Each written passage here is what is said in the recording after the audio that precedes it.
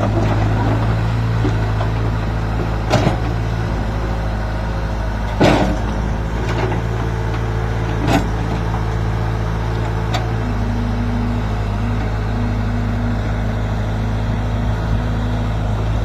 ទំនប់